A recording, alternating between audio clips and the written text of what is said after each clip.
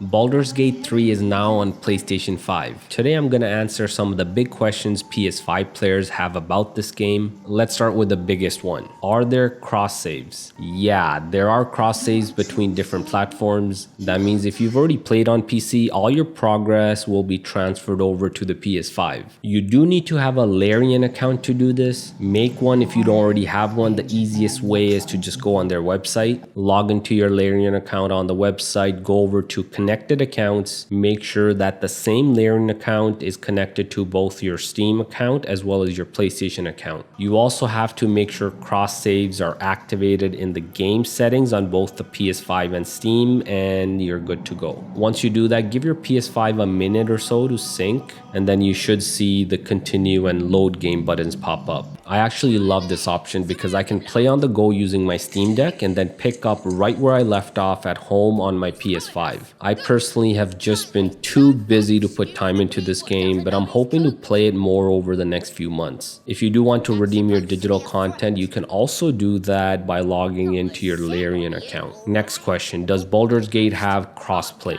Sadly, no. Baldur's Gate 3 does not have crossplay. That means PS5 and PC players are not able to join each other while exploring. That's a bit of a shame, but hey, you'll just need to find some PS5 friends to play with, or just check out the PS5 public lobbies. There's one more way to play multiplayer with this game, and that's local split screen co-op. PS5 does have local split screen multiplayer as well. Start up the game in normal single player mode, then pause the game and go to multiplayer. At this time, you can connect the second controller. You should now be able to create a character on the second screen. With split screen, you can still team up with two other players in an online lobby. And no, you don't need two copies of the game, you just need the one. The local co-op here is a little different than other games like Diablo 4. The second player here is basically a character in your main character's world. I mean, their progress gets saved to your single player game, your single player save file, so no, your buddies can't just come over and play split screen with you on your one single console. Now let's talk about the performance on PS5.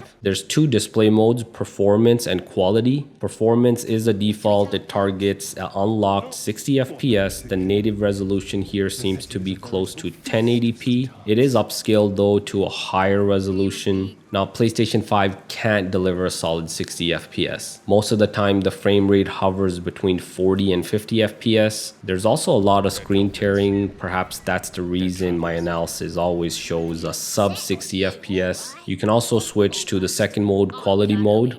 Here, the native resolution is 1440p and the frame rate is locked to 30 FPS. I would say the quality mode does deliver a solid 30 FPS for the most part. My suggestion is to play in performance mode since I like the higher frame rate. Perhaps have a display with VRR to make it more smooth. Now, some might prefer the quality mode though. If not for the better image quality, it does have the more stable performance. Now, Larian did notify me that all the acts should work well with performance 60 FPS mode, except Act 3, which they're aware of it, and there's significant drops. It's pretty much in quality 30 FPS mode. They do seem to be working on a resolution, so in future updates you may get that cleaned up as well. Keep in mind, split screen co-op is limited to only quality mode. As soon as you start split screen, the game will just default to quality 30 FPS mode. Split screen is, after all, the reason the game's delayed on Xbox. It's so demanding, they totally canceled the feature on the Xbox Series S. A lot of you are also likely wondering about the controls. The default controls are using a controller, and the game seems to be built with us controller players in mind, so the controls work well with a controller. I had played using these controls on my Steam Deck and was fairly impressed by how well they work,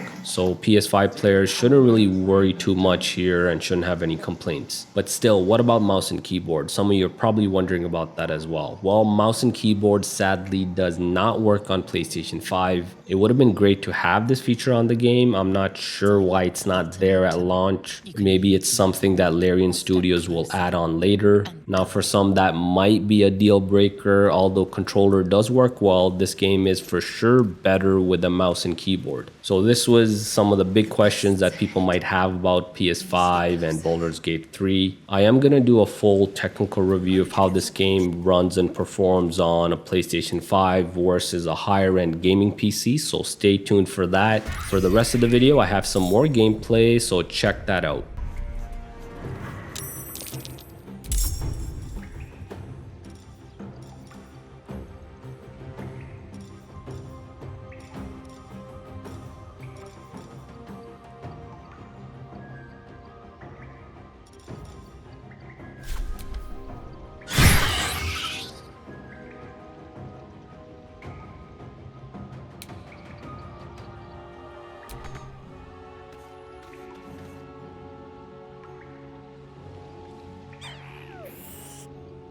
My faith will protect me.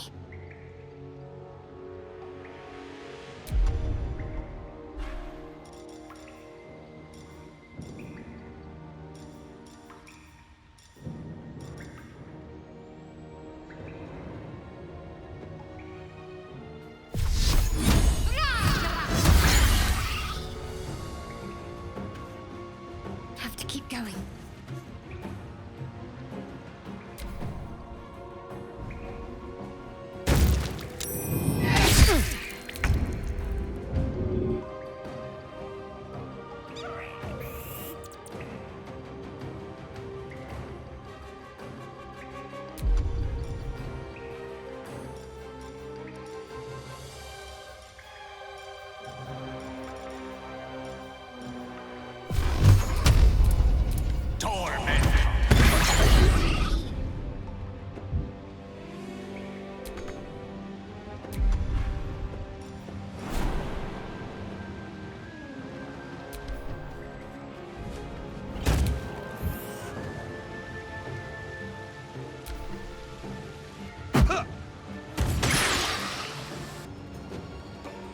Can't afford to let up.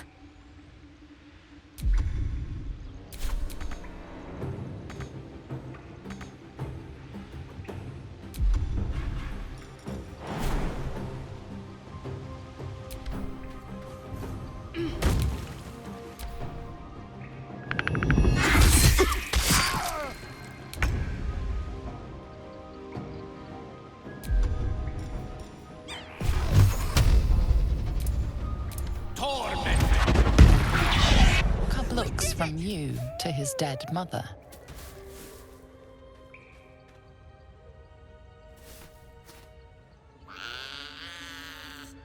A single strike will end his suffering.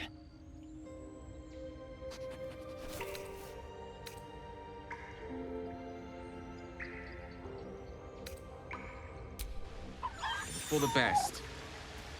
Cub would have died anyway. Nature might have provided for it. Too late now.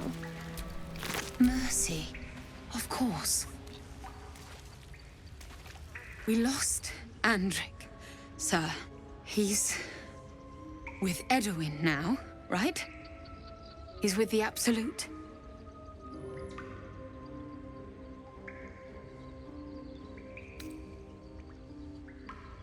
Thank you.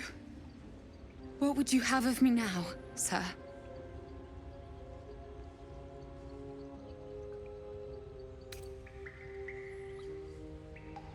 Edwin told us there was a camp of faithful goblins nearby.